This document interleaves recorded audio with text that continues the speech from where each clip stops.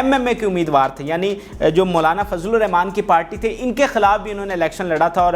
تمام جگہوں پر ہار گئے تھے۔ صرف میاں والی کی جو سیٹ ہے وہاں سے عمران خان جیتے تھے اور ممبر قومی اسمبلی منتخب ہوئے تھے۔ تو عمران خان پہلی بار جس حلقہ سے ممبر اسمبلی بنے وہ میاں والی کا حلقہ تھا۔ تو الیکشن میں عمران خان جو ہے مولانا فضل الرحمان کے خلاف الیکشن لڑ کر آئے تھے، لیکن جب وہ اسمبلی میں پہنچے تو انہوں نے جو وزیر اعظم کے لیے اپنا امیدوار منتخب کیا وہ مولانا فضل الرحمان تھے، یعنی انہوں نے ظفر اللہ خان جمالی کو ووٹ نہیں دیا، شاہ محمود قریشی کو ووٹ نہیں دیا، اور نہ ہی سائیڈ پر بیٹھے کہ نیوٹرل ہو گئے کہ کسی کو ووٹ نہ دے، انہوں نے مولانا فضل الرحمان کو ووٹ دیا۔ اور یہاں پر ایک اہم بات یہ بھی قابل ذکر ہے کہ مولانا فضل الرحمان کو اس وقت وہ ڈیزل مطلب ان کی ہسٹری جو ہے یہ ڈیزل والی ہے وہ 90s کی ہے، کہ ان پر یہ الزام لگایا جاتا ہے کہ 90s میں انہوں نے کوئی ڈیزل کے پرمٹ لیے تھے جس پر ان کا ڈیزل نام مشہور ہوا تھا۔ تو اس وقت بھی ان کے کریئر میں یہ معاملہ ہو چکا ہوا تھا، اس کے باوجود عمران خان نے جو مولانا فضل الرحمان ہے ان کو وزیر اعظم کے لیے جو ہے وہ ووٹ دیا تھا، گو کہ ان کا ایک ہی ووٹ تھا لیکن انہوں نے مولانا فضل الرحمان کو دیا۔ تو ظفر اللہ خان جمالی وزیر اعظم منتخب ہو جاتے ہیں، اور اس الیکشن کے کچھ دنوں کے بعد عمران خان جو ہے وہ حامد میر صاحب کے شو کیپٹل ٹاک میں تشریف لاتے ہیں، اور حامد میر صاحب ان سے یہی سوال کرتے ہیں کہ آپ نے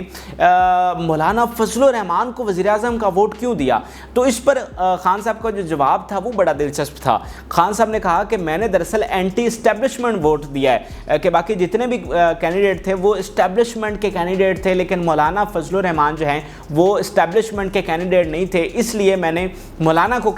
جو ہے وہ ووٹ دیا ہے۔ اچھا، اس دن جس دن الیکشن ہوا تھا اس دن کی ایک اور دلچسپ بات جو کہ میں آپ کے ساتھ شیئر کرنا بھول گیا، اس دن اچک زئی صاحب بھی ممبر اسمبلی منتخب ہوئے تھے، اسمبلی میں موجود تھے، لیکن انہوں نے کسی کینڈیڈیٹ کو ووٹ نہیں دیا تھا، یعنی وہ نیوٹرل رہے تھے، اور تین جو کینڈیڈیٹ تھے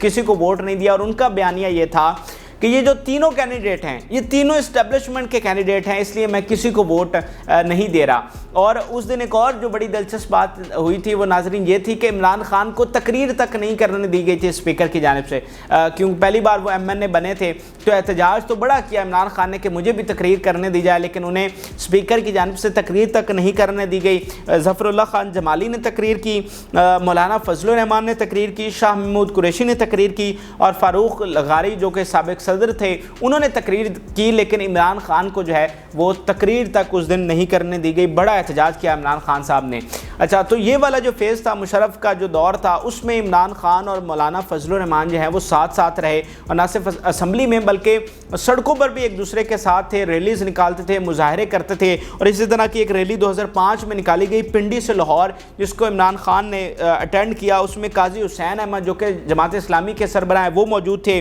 فضل الرحمان صاحب موجود تھے، اور عمران خان صاحب موجود تھے۔ اچھا، اس وقت اس ریلی کو اٹینڈ کیا، اور ان کا جو مشترکہ اعلامیہ آیا وہ یہ آیا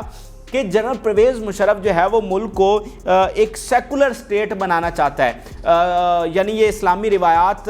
کو جو ہے یہاں سے ختم کر رہا ہے اور سیکولر سٹیٹ کی طرف جا رہا ہے۔ یہ اس وقت جو عمران خان تھے، مولانا فضل الرحمان تھے، یہ اس وقت اینٹی امریکن تھے، اینٹی اسٹیبلشمنٹ تھے، اور عمران خان یہ سمجھتے تھے کہ مولانا کے ساتھ مل کر ہم ملک میں اسلامی روایات واپس لا سکتے ہیں، ملک میں جمہوریت واپس لا سکتے ہیں۔ اس لیے وہ سڑکوں پر جو ہے مولانا کے ساتھ مل کر جدوجہد کر رہے تھے۔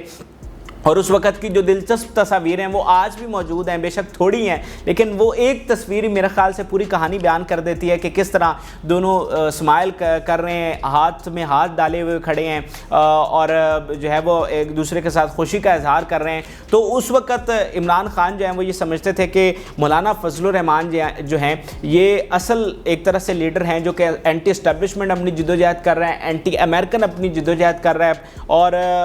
ملک میں اصل جمہوریت لانے کے لیے جو ہے وہ جدوجہد کر رہا ہے، اسلام لانے کے لیے جدوجہد کر رہا ہے۔ تو اس طرح نہ صرف سڑکوں کے اوپر ایک دوسرے کے ساتھ تھے بلکہ اسمبلی میں ایک دوسرے کے ساتھ تھے، ایک دوسرے کے بیانیے کا دفاع کرتے تھے۔ عمران خان ان کے بیانیے کی تائید بھی کرتے تھے، ان کو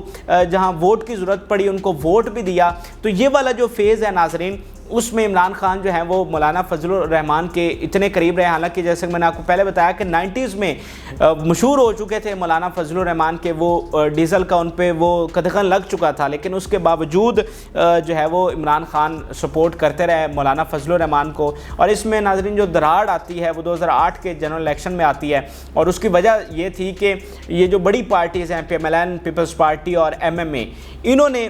پل آؤٹ کر لیا تھا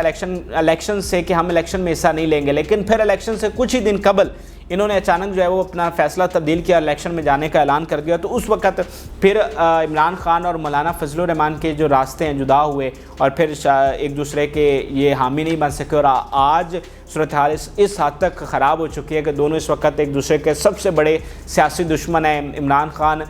بہت ایکسپوز کرتے ہیں، بہت گندا کرتے ہیں، بہت بات کلامی کرتے ہیں مولانا فضل الرحمان کے خلاف، لیکن بہرحال یہ ہماری ایک دلچسپ تاریخ ہے، یہ کوئی پرانی بات نہیں ہے، 10 12 15 سال کی پہلے کی تاریخ میں نے آپ کو سامنے رکھی ہے، لیکن آج اس کا کوئی ذکر نہیں ہے، آج ہم جانتے نہیں ہیں کہ ایسا بھی کبھی ہوا ہے۔ اور دیکھیں کہ عمران خان تو پرویز الہی کو بھی پنجاب کا سب سے بڑا ڈاکو کہتے تھے، اور رؤف کلاسرا کے بقول کے وہ کہتے تھے کہ مجھے مونس الہی کی شکل تک پسند نہیں ہے، لیکن مونس الہی وفاقی وزیر بن گئے، ان کے والد صاحب کو آج جو ہے وہ وزیر اعلیٰ کے لیے بھی نامزد کر دیا گیا ہے۔ تو ہو سکتا ہے کہ جس طرح مولانا کبھی ساتھ ہوتے تھے آج خلاف ہیں، آج سے 10 12 سال بعد جب آج کی ہم باتیں بھول جائیں تو پھر سے مولانا جو اور عمران خان جو ہیں وہ ایک ساتھ ہو جائیں، تو سیاست میں یہ سب چیزیں چلتی رہتی ہیں اور پرانی باتوں کو لوگ بھول جاتے ہیں۔ تو یہ ناظرین آج کی ایک بہت ہی خاص ویڈیو تھی، آپ کو یہ کیسی لگی میرے ساتھ کمنٹ سیکشن میں ضرور شیئر کریں، اور کچھ ہمارے تحریک انصاف کے جو ناظرین ہیں وہ نالاں ہو جاتے ہیں، ناراض ہو جاتے ہیں کہ جب ہم اس طرح کی چیزیں لے کر